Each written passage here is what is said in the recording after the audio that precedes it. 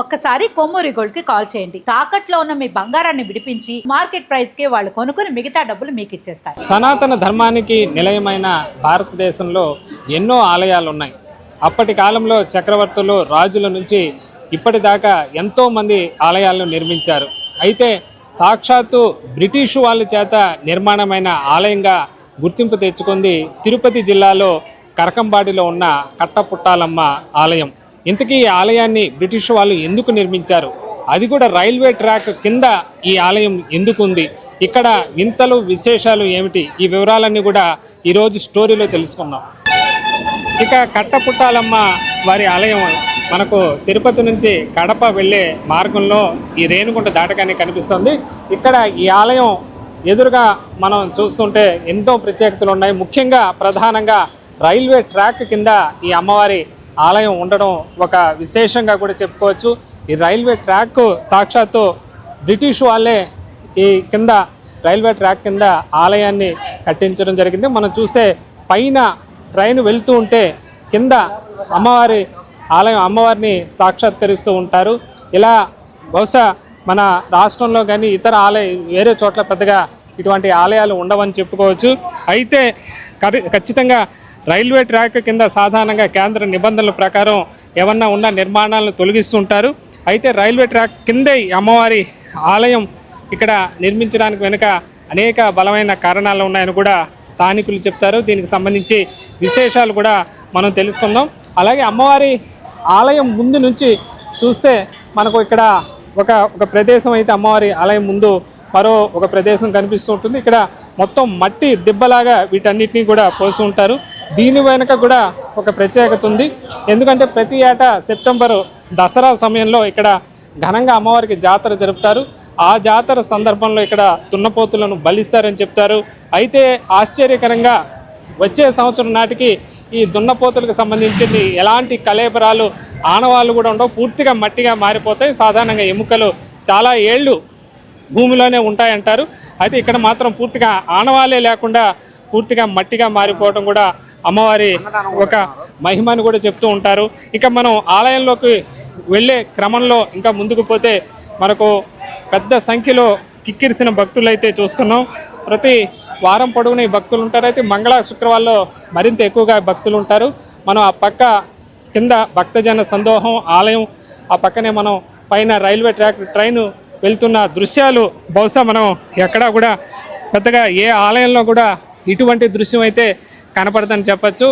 పైన ఒకవైపు ట్రైన్ వెళ్తూ ఉంటే కింద భక్తులు అమ్మవారి దర్శనానికి బారులు తీరిన దృశ్యం అయితే ఇక్కడికి వచ్చిన వాళ్ళకి ఒక కొత్త ఆధ్యాత్మిక అనుభూతి మిగులుస్తుందని చెప్పుకోవచ్చు. ఇంకా మనం లోపలికి వెళ్ళి మిగతా విశేషాలు ఏమున్నాయి ఆలయానికి సంబంధించి కూడా లోపలికి వెళ్ళి మాట్లాడే ప్రయత్నం అయితే చేద్దాము. ఇక్కడ చూస్తే మొత్తం కూడా ఈ ఆలయం కూడా ఎప్పుడు కూడా భక్త జన సందోహంతోనే నిండిపోయి ఉన్న పరిస్థితి. మనకు క్యూ లైన్లో బారులు తీరి ఇక్కడ అమ్మవారిని దర్శించుకొని ఏదైనా కోరుకుంటే కోరిక ఖచ్చితంగా నెరవేరుతుందని నమ్మకం ఉండడంతో ఎక్కడో దూర ప్రాంతాల నుంచి కూడా ఇక్కడికి భక్తులు వస్తుంటారు. మనం చూస్తున్నాము బారులు తీరి అమ్మవారిని దర్శించుకునేందుకు ఇక్కడ పెద్ద సంఖ్యలో భక్తులు, ముఖ్యంగా మహిళలు ఇక్కడికి వస్తుంటారు. ప్రతి మంగళ శుక్రవారాలలో మరింత పెద్ద సంఖ్యలో ఇక్కడ భక్తులు వస్తుంటారు. ఇక్కడ కొంతమంది స్థానికులు కూడా ఉన్నారు. ఇంతకీ ఆలయం ప్రత్యేకత ఏంది వారి మాటల్లో కూడా తెలుసుకుందాం. చెప్పండి, మీ పేరేంటి, ఎందుకు ఈ ఆలయానికి ఇంత ప్రత్యేకత ఉంది ఇక్కడ? నా పేరు పాడి తిరుపాలు. ఆలయం అంటే ఇప్పుడు ఆమె ఏమైందంటే మామూలుగా వచ్చి పండు ముసలాంలాగా కూర్చొనిందండి. అమ్మవారు మొదట్లో ఒక ముసలాం రూపంలో ఉండేవాళ్ళు. తెల్లగా పండు ముసలాంలాగా కూర్చోండి. నాయన మా అన్నకి అంటే వెంకటేశ్వర స్వామికి గుడి కట్టేదానికి రాళ్ళు మోసి గుడికి మోసి కొంచెం తల భారంగా ఉంది, అన్ని మిరియాలు పెట్టండి, కొంచెం పట్టేసుకుని విశ్రాంతి తీసుకొని పోతానని చెప్తుంది. చెప్తే స్వయంగా వెంకటేశ్వర స్వామి వారికి చెల్లెలు లెక్క అంటే తోలి అంటే ఆదిపరాశక్తి అవతారంలో కట్టపుట్టాలమ్మని వెలిసిందనమాట. సరే అడిగితే మా మిరియాలు కాదు జనాలు అని చెప్పేసి వాళ్ళు వెళ్తారు వ్యాపారం చేసుకుని. అప్పుడంతా గాడిదల్లో కదా మూటలు వేసుకొని, అప్పుడంతా హోటళ్ళు ఉండవు కదా, మామూలుగా మూట కట్టుకొని అన్నం కూర్చొని తినేసి పోయేటప్పుడు ఆ మాట చెప్పింది. ఆడిపోయినాక అన్నీ అవి జొన్నలు అయిపోయినాయి. జొన్నలు జొన్నలు అయిపోయినట్టు పెద్ద ఏదో అమ్మవారు ఇక్కడ చెట్టు కింద ఒక ముసలమ్మ అవతారంలో దర్శనమిస్తూ ఉండేవాళ్ళు. దారిని పోయే వ్యాపారులు ఇక్కడ అమ్మవారి మిరియాలు వాళ్ళని అడిగినప్పుడు, అమ్మవారు అడిగినప్పుడు వాళ్ళు మిరియాలు ఇవ్వకుండా అబద్ధం చెప్పి జొన్నలు ఇచ్చేసి వెళ్ళిపోతారు. జొన్నలు చెప్పేసి వెళ్తారు. జొన్నలు ఆమె వదిలేసి అడగలే మళ్ళా. సరే వెళ్ళిపోయినాక జొన్నలు అయిపోయి ఉంటాయి. అడిగిపోయి చూస్తే అప్పుడు ఏం రాదంటే ఒక పెద్ద అండి, ఆమె ఏం దేవతగా ఉండదు, పోయి ఆమె కాళ్ళ మీద పడదాం అనేసి ఆడి నుంచి నేరుకు వచ్చి ఆమె కాళ్ళ మీద పడితే, సరేనైనా మీకు మిరియాలు అయిపోయినాయి, మిరియాలు అయిపోయినాయి, మీరు పొయ్యి అవి అమ్ముకొని వచ్చి నాకు గుడి కట్టి చేసుకోవాలా అని చెప్తారు. అప్పుడు వాళ్ళు అవి అమ్ముకొని వచ్చి ఆమె భక్తి వచ్చి అప్పుడు ఆమె మామూలుగా సెల అయిపోయినది వాళ్ళు వచ్చే కాడికి. అప్పుడు ఏమన్నాక గుడి కట్టి ఇచ్చేసి, అప్పుడు బ్రిటిష్ వాళ్ళు పరిపాలన కదా, పాలేగాళ్ళు ఉంటారు కదా అక్కడ, వాళ్ళ దగ్గర బేగాలు ఇచ్చేసి వాళ్ళు వెళ్ళిపోతారు. వాళ్ళు దూరాపురంలో కర్నూలు ఎక్కడ వాళ్ళ మా ఏరియా మనకు తెలియదు. వెళ్ళిపోయినాక మళ్ళా సెప్టెంబరు 2వ వారంలో మంగళ బుధవారం జాతర చేస్తాం. సెకండ్ వీక్లో మంగళవారం బుధవారం ఆ డేట్ ఎప్పుడు మారదు, ఎందుకంటే మన తిరువనెల వచ్చేస్తుంది. అందుకని తిరువనెలలో మాంసం తినరు కదా అనేసి మంగళ బుధవారంలో జాతర వస్తుంది. ఆ జాతర అప్పుడు ఆమెకి ఇష్టమైన ఆహారం దున్నపోతు. తల్లి నా కోరిక నెరవేరిందంటే నీకు నేను దున్నపోతుని ఇస్తాను అని మొక్కుకున్నారంటే, ఆ మంగళవారం తెల్లారితో ఆమెకి అభిషేకాలు అన్నీ జరిగి పొంగళ్ళు గింగళ్ళు పెట్టి కుమ్ము కూడేసి వేస్తాము. తర్వాత ఆదివారం బుధవారం తెల్లారితో ఊళ్ళో నుంచి 101 హారతుల్లో నాగుబామ హారతి అని ఒకటి వస్తుంది. అది ఊరేగింపుతో వస్తుంది. ఆ నాగుబామ హారతి అంటే ముందుకి వెనక్కి వస్తుంది. ఆ హారతి అయిపోయినాక ఎన్ని దున్నపోతులు వస్తే అన్ని దున్నపోతులు నరికి దాంట్లో చేస్తాం. అదే పూజ చేస్తాం. పూజ చేసిన మనకు అంతా అయిపోయినాక దేవుడిని ఎత్తుకుని ఊళ్ళోకి ఎక్కడ ఉందో ఇక్కడ ఆలయం ఈ విధంగా రైల్వే ట్రాక్ కింద ఎందుకుంది? ఇక్కడ ఆలయం రైల్వే ట్రాక్ కింద ఎందుకుందంటే బ్రిటిష్ వాడికి దేవుడు లేదు కదా, అన్నీ తోచుకుంటూ వచ్చేసినాడు. ఇక్కడికి వచ్చే కాడికి వాడు వాళ్ళ కాల ఇక్కడ వాడికి ఎఫెక్ట్ ఇస్తే ఇంగ్లాండ్లో ఉండే వాళ్ళ భార్య పిల్లకాయలు కూడా ఎఫెక్ట్ ఇచ్చిందంట. అప్పుడు ఏమనంటే అమ్మవారు చాలా పవర్ఫుల్ అంటే అప్పుడు అమ్మవారిని పిలిచి, అమ్మవారు ఉంటారు కదా, అమ్మదేవుడు ఉంటారు కదా, వాళ్ళని పిలిపించి అడిగితే, నాకు వచ్చే భక్తులకి కన్వీనెంట్గా వేసుకొని పో, నా పై భాగంలో కూడా పోకూడదు కాబట్టి ఇప్పుడు చెరువులో ఉన్నది గుడి ముందు మనం నిలబడుకున్నాం కదా, అది వచ్చి బ్రిటిష్ వాడు కట్టిన ఇది చెరువులో అమ్మవారు ఇక్కడ ఉండేది. నీళ్లు కట్ట దగ్గర ఉండేవారు వాళ్ళు. దీని ముందు రైల్వే పట్టాలు వేసేసారు ఫస్ట్. అమ్మవారు ముందు నింది వాడు వచ్చి మన ఇండియా నుంచి మన ఇండియాలో సంపద తీసుకోవడానికి చెన్నై టు బాంబే కదా, అప్పుడు హార్బర్లోకి తీసుకొని పోయడానికి వాడు చెన్నై టు బాంబే లైన్ వేసినాడు. ఆ లైన్ వేసేటప్పుడు అన్ని దేవుళ్ళ కాడ ఏడుకు వచ్చే కాడికే వాడు వాళ్ళ కాల. అప్పుడు ఏమి మహత్వం అంటే అప్పుడు చెప్తారు అమ్మవారు చాలా పవర్ఫుల్ ఆమె కాబట్టి ఆమె అడుగు తెలుసుకుంటే అప్పుడు ఆమెని పిలిపించి అడిగితే, నాకు వచ్చే భక్తులకి కన్వీనెంట్గా లైన్ వేసుకొని పో, నా పైన కూడా బాగకూడదు అని చెప్తే అప్పుడు వాడు మా లైన్ వేసుకుని వాడు లైన్ బ్రిటిష్ వాళ్ళే కట్టారు అంతా. అది స్థానికులు చెప్తున్నారు. ఏదైతే మన దేశంలో సంబంధించి కూడా చెన్నైలో మామూలుగా రైల్వే లైన్ సంబంధించి మొదట ప్రారంభమైంది. ఆ తర్వాత ప్యాసింజర్ రైల్వే ముంబై దానే లైన్ వేయటం కూడా జరిగింది. అప్పుడే ఈ రైల్వే ట్రాక్ వేస్తూ ఉండేవారంట. అయితే మిగతా చోట్లలాగే ఆ రైల్వే ట్రాక్ అడ్డంగా ఉండే నిర్మాణాలన్నీ తొలుచుకుంటూ పోయినారు. ఆ సందర్భంలో ఇక్కడ లైన్ వేయటానికి కూడా వల్ల కాలేదంట. ఎన్నిసార్లు చేస్తున్నా కూడా ఏదో ఒక అవాంతరం వస్తూ ఉండేది.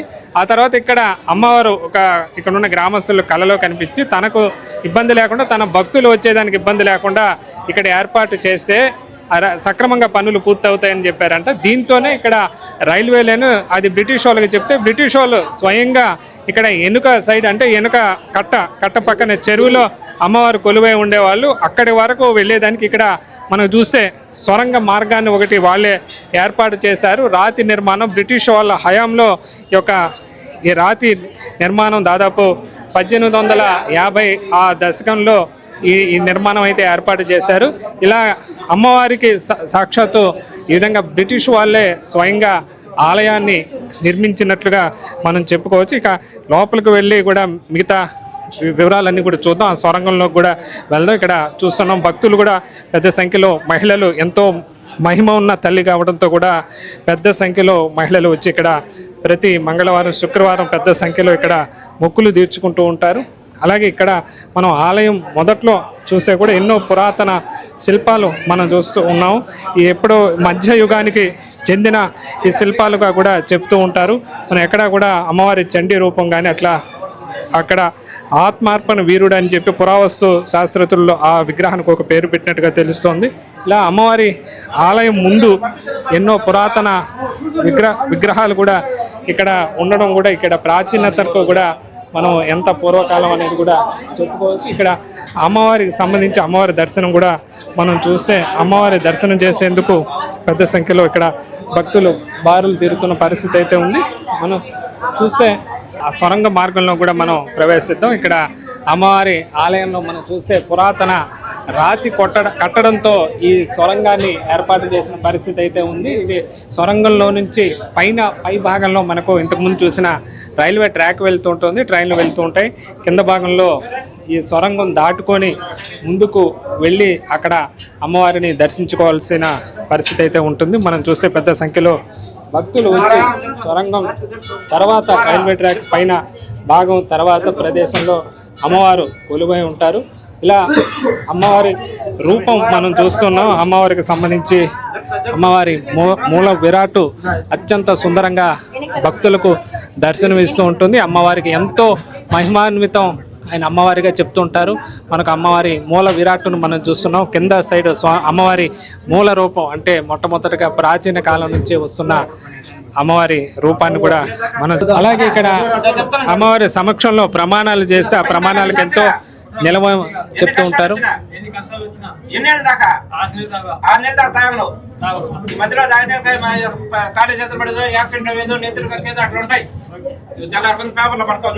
ఇక్కడ ప్రమాణాలకు ఎంతో ప్రామాణికత ఉంటుంది. కాణిపాకం ఆలయంలో ఏ విధంగా ప్రమాణాలు చేస్తారు, ఇక్కడి ఆలయానికి కూడా ఎక్కడెక్కడ దూరాల నుంచి వచ్చే భక్తులు ప్రమాణాలు చేసి తమకు సంబంధించిన దుర్వ్యసనాలు ఉంటే వాటిని పోగొట్టుకునేందుకు ఇక్కడ ప్రమాణాలు చేస్తూ ఉంటారు.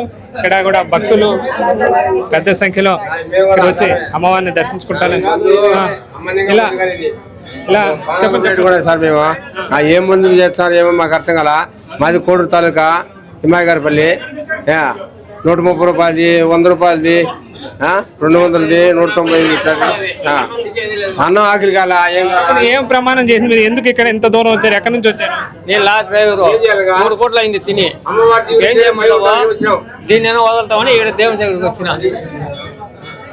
చూసిన అమ్మవారికి సంబంధించి కూడా తమ జీవితంలో జరిగే అనేక విషయాలు కూడా భక్తులు పంచుకుంటున్నారు. ఇలా సత్య ప్రమాణాలకు నిలవైన అమ్మవారిగా కూడా ఇక్కడ కట్టపుట్టాలమ్మ కొలువై ఉండి భక్తులకు దర్శనమిస్తూ ఉన్నారు.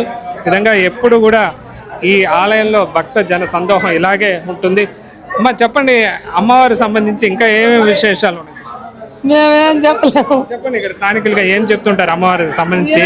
ఇక్కడ మామూలుగా అమ్మవారికి శుక్రవారం మంగళవారం వస్తారు, ముక్కుబడి వాళ్ళు ఏటలు నరుకుతారు, మహాతల్లికి పొంగలు పెట్టుకుంటారు, కొంతమంది డిన్నర్లు పెడతారు, కొంతమంది ఇంటికి ఎత్తుకొని వెళ్ళిపోతారు.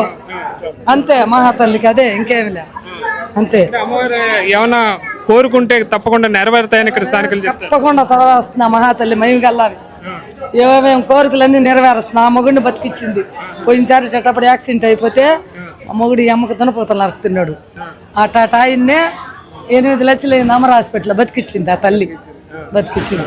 మహిమగల్లా తల్లి అమ్మ కట్టపట్టాలమ్మ. మా ఇంటి వారి కాడ నుంచి నరుకుతున్నారు.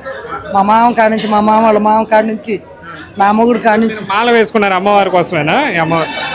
నేను మామూలుగా మా ఇంటి ఆయనకి యాక్సిడెంట్ అయితే అప్పుడు కూడా మాలలోనే ఉండా. ఇప్పుడు ఈసారి మాల వేసుకుందా. ఈ అమ్మ కాపాడింది, ఈ ఓం శక్తమ్మ కాపాడింది, అన్ని దేవుళ్ళు కాపాడినారు. మాకేం భయం. ఇక్కడ చూస్తే మహిమలు, ఇక్కడ అమ్మవారి మహిమలు కూడా ఇక్కడ మహిళలు చెప్తున్న పరిస్థితి అయితే ఉంది. తన భర్త ప్రాణాపాయంతో ఉన్నప్పుడు అమ్మవారికి మొక్కుకున్నానను, తన భర్త మళ్ళీ ఆయన ప్రాణాలతో ఆయన ఉన్నారని చెప్పి కూడా మహిళ తన అనుభవం కూడా చెప్తుంది. ఇలా ఇక్కడ కట్టపుట్టాలమ్మ ఆలయానికి సంబంధించి కూడా ఎన్నో ప్రత్యేకతలు, ఎన్నో వింతలు, విశేషాలతో కూడా ఈ ఆలయం నిండి ఉంటుందని చెప్పచ్చు.